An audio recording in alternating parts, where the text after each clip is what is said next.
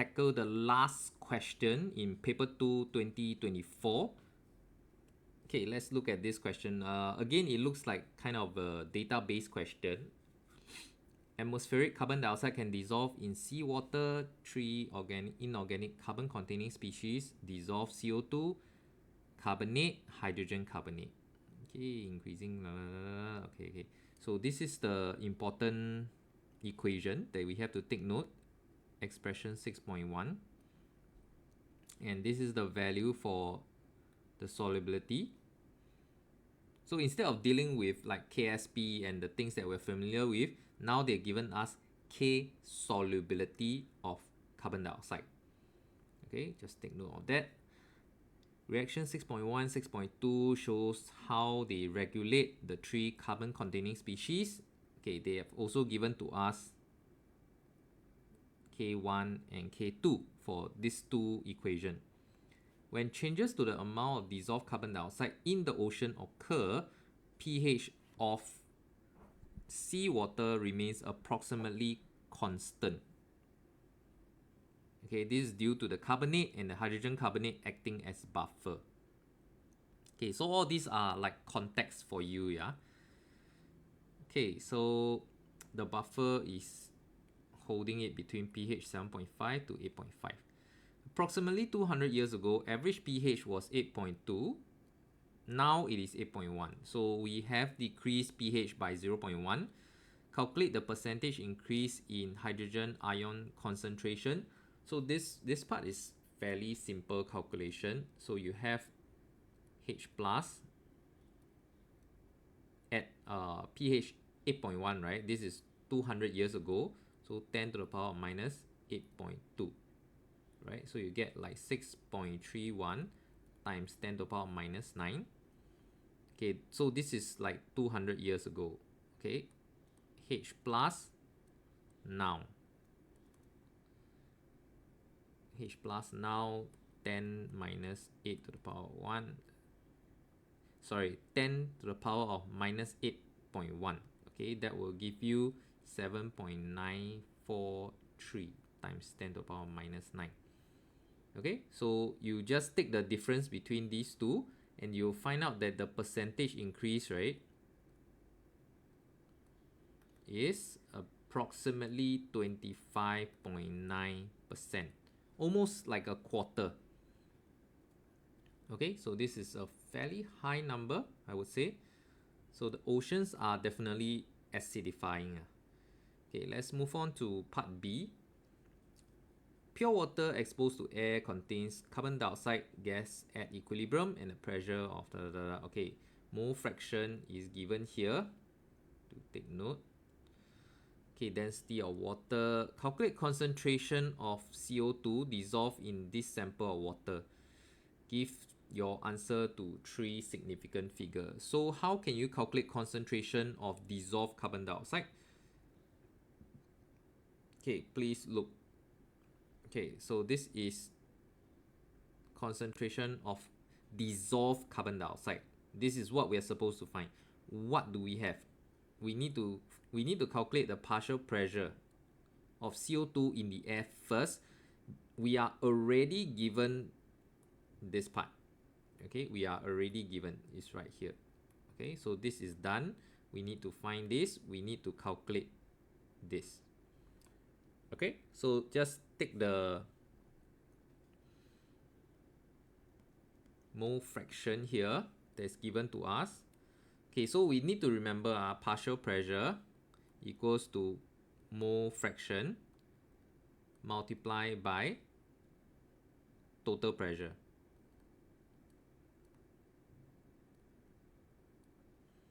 Okay, so we go ahead and calculate the partial pressure.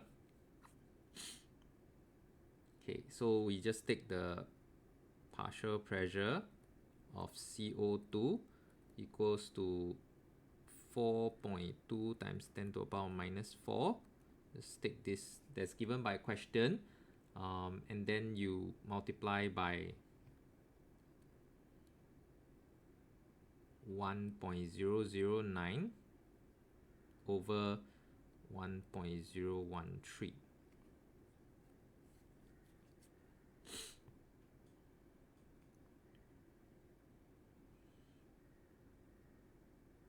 Okay, so that will give you a total of 4.183 times 10 to the power minus 4 atm. Okay, so this is the partial pressure of carbon dioxide. So you just need to substitute into the equation that I shown you just now. You will get concentration of CO2 to be 1.42 times 10 to the power minus 5 mole per dm cube.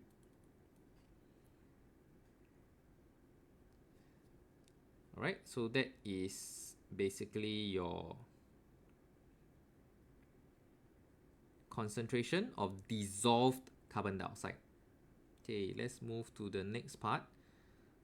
C1, using information from reaction 6.1 and 6.2 suggests how carbonate and hydrogen carbonate buffer maintains pH in seawater as carbon dioxide gas in the atmosphere increase.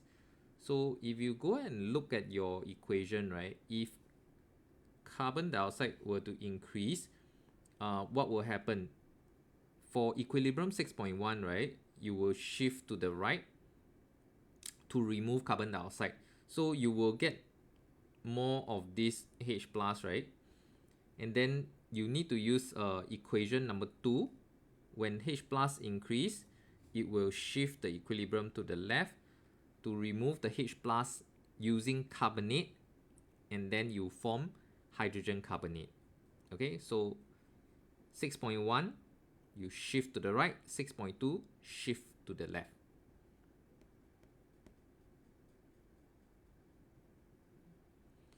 Alright, so that's how they maintain the pH there. Okay, part 2, reaction 6.3, which is the one that's given here, describes the overall reaction that occurs when more carbon dioxide is dissolved and there's no change in pH. Deduce an expression for this equilibrium constant 6.3 K3 using the relationship between K1 and K2.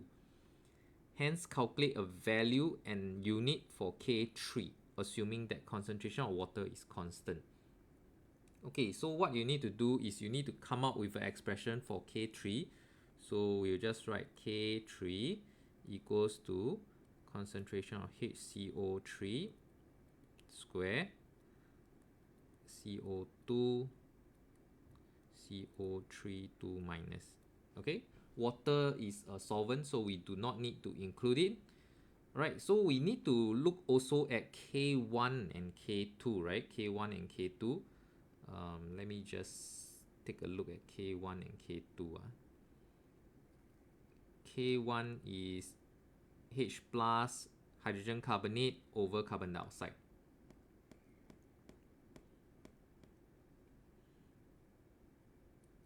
K1 is equals to H plus hydrogen carbonate over carbon dioxide.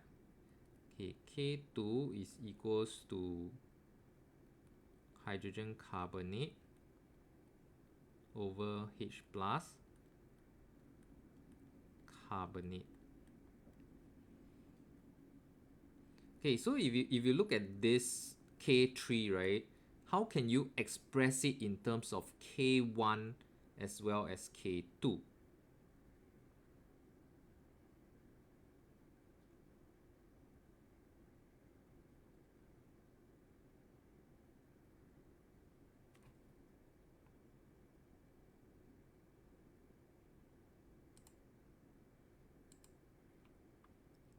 Okay, let's take a look. I think we can express it in terms of K1 over K1 multiplied by 1 over K2.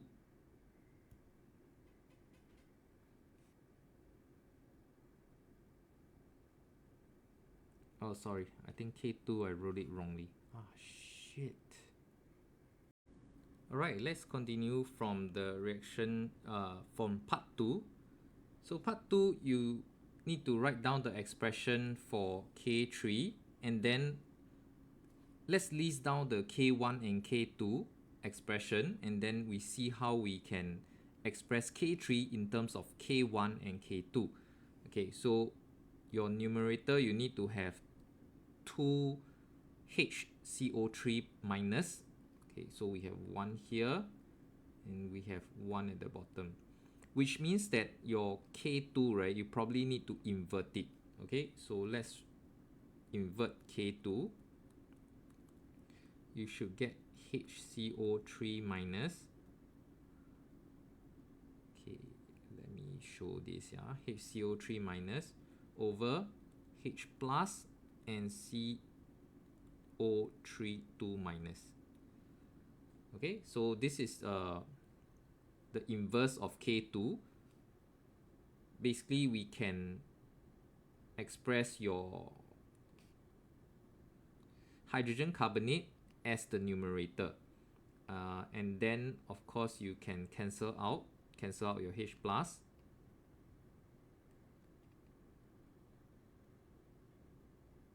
And then your carbon dioxide is still there. And your carbonate is still there. Okay, so quite simply, this is K1 times 1 over K2. Okay, so once you have got this expression, right, you can actually calculate the value of K3. Just substitute K1 and K2 in. Your K3 will be equals to 1320, and it has no units. Okay, because it will just nice, K1 and K2 will just cancel out each other. Okay, so that's it for part 2.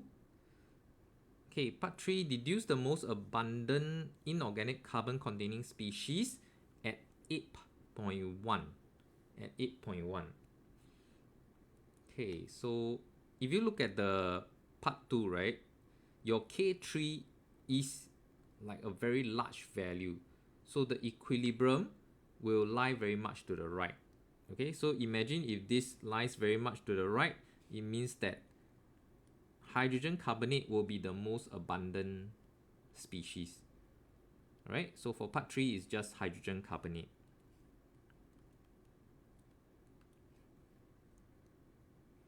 Okay, let's go on to the last part, part D.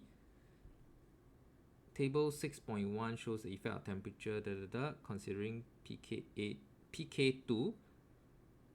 Deduce the value of the nature of reaction 6.2. Is it endo or exo? So very nicely they have shown you this equilibrium, right?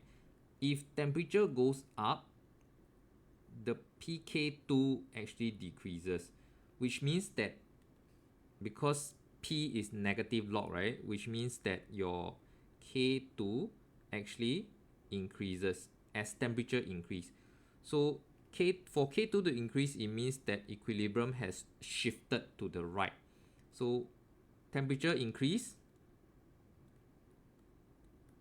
equilibrium shift right towards endothermic. Okay, to absorb heat.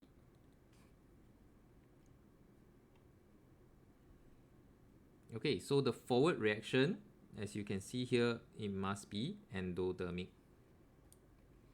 Alright, so basically that is it for question 6.